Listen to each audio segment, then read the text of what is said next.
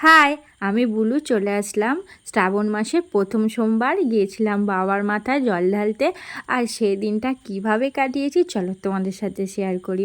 ননদ, তারপরে ননদের যা, বৌদি, আরও সবাই মিলে আমরা সবাই মিলে একটা গাড়ি করে গিয়েছিলাম বাবার কাছে, বাবার মাথায় জল ঢালতে। প্রত্যেক বছরই গিয়ে থাকি বাবার ইচ্ছাতেই, আর এবছরও তাই গিয়েছিলাম।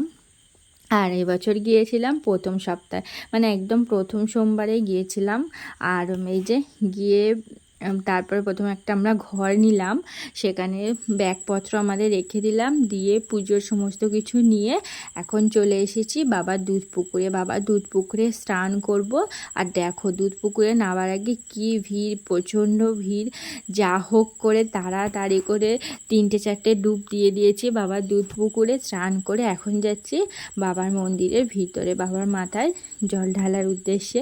আর এই যে এখানেও প্রচণ্ড ভিড়, কিন্তু এখানে লেখা আছে মহিলা লাইন, কিন্তু এখানে শুধু মহিলাদের জন্য লাইন নয়, সবাই যাচ্ছে।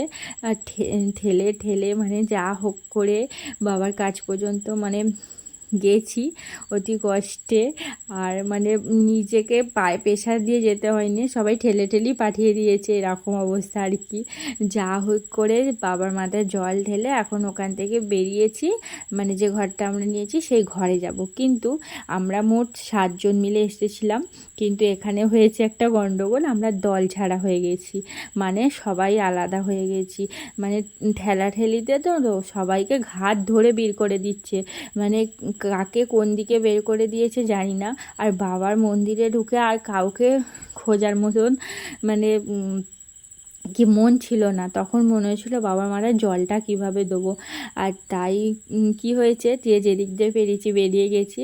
আর ওখানে গিয়ে কাউকে খুঁজে পাচ্ছিলাম না, বাকিরা ছিল, সবার কাছে ফোন ছিল না, আমরা ঘরে ফোন রেখে এসেছিলাম, শুধু আমার কাছে ফোনটা ছিল, তাই কারোর সাথে যোগাযোগও করতে পারিনি। তারপরে ভাবছি যে কিভাবে যাব। আর ওখানে নয় মানে অনেকবারই গেছি, কিন্তু এত গলিফলি থাকে বুঝতে পারি না, যে আমরা যে ঘরটা নিয়েছি সেই ঘরটাও খুঁজে পাচ্ছিলাম না।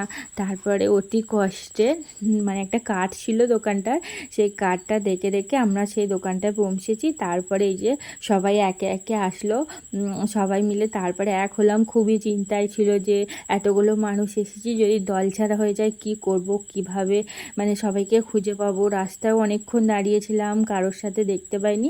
তারপর যাই হোক সবাইকে পেয়েছি, সবাই আমরা একসাথে হয়েছি, হয়ে এখানে আসলাম, ফল জল খেলাম, খেয়ে চেঞ্জ করে নতুন শাড়ি পরে ফল জল খেয়ে এখন একটু ছাদে, মানে যে ঘরটা আমরা ভাড়া নিয়েছি সেই ঘরের ছাদে দাঁড়িয়ে আছি, একদম এই যে বাবার সামনে মন্দিরে। এখানে দেখছি এখন বিকেল হয়ে গেছে, এখনও কত মানুষ আসছে, সেটাই দাঁড়িয়ে দাঁড়িয়ে দেখছি। এখন বাড়ি ফিরবো, তাই একটু দাঁড়িয়ে আছি, বাড়ি তো চলেই যাব, আবার আসছে বছর আসবো, তার আগে যদি বাবার ইচ্ছা থাকে আবার যাব।